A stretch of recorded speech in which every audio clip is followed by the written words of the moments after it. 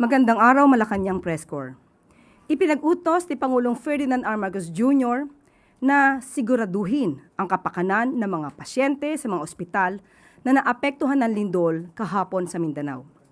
Sa isinagawang situation briefing kaninang umaga sa Malacanang, binigyan diin ng Pangulo na dapat unahing bisitahin ang mga ospital at maghanap ng mga lugar kung saan ligtas ang mga pasyente mula sa epekto ng lindol.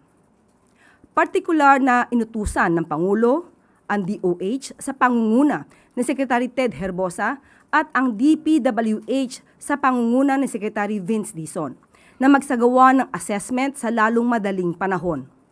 Inutusan din ng Pangulo ang Department of Energy sa pangunguna ni Secretary Sharon Garin na bigyang prioridad ang supply ng kuryente sa mga pagamutan. Ayon sa Pangulo, higit na nangangailangan ng agarang atensyon ang mga pasyente sa mga lugar na niyanig ng malakas na lindol. Nakausap din ni Pangulong Marcos Jr. via Zoom si General Santos City Mayor Lorely Pacquiao kung saan ipinabatid niya sa Pangulo ang mga pangangailangan ng lungsod. Ayon sa Pangulo, gagawin ng pamahalaan ang lahat na makakaya nito upang maibigay ang kaukulang tulong sa mga apektadong komunidad.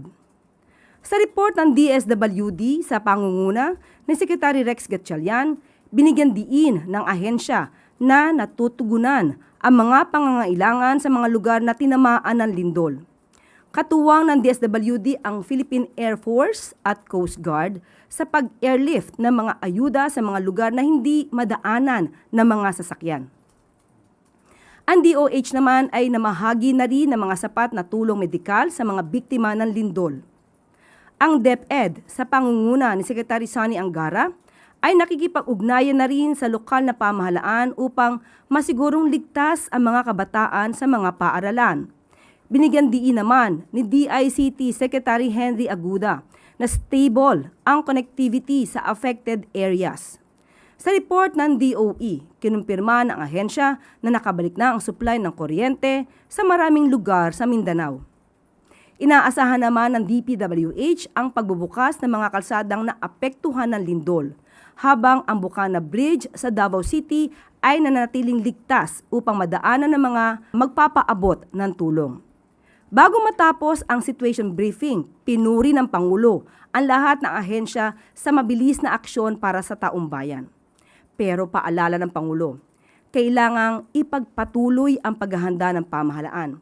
Laging isipin ang mga biktima ng mga sakuna at gawing motivation sa kanilang pagsisilbi sa bayan ang mga taong walang matulugan at walang makain sa mga oras ng sakuna.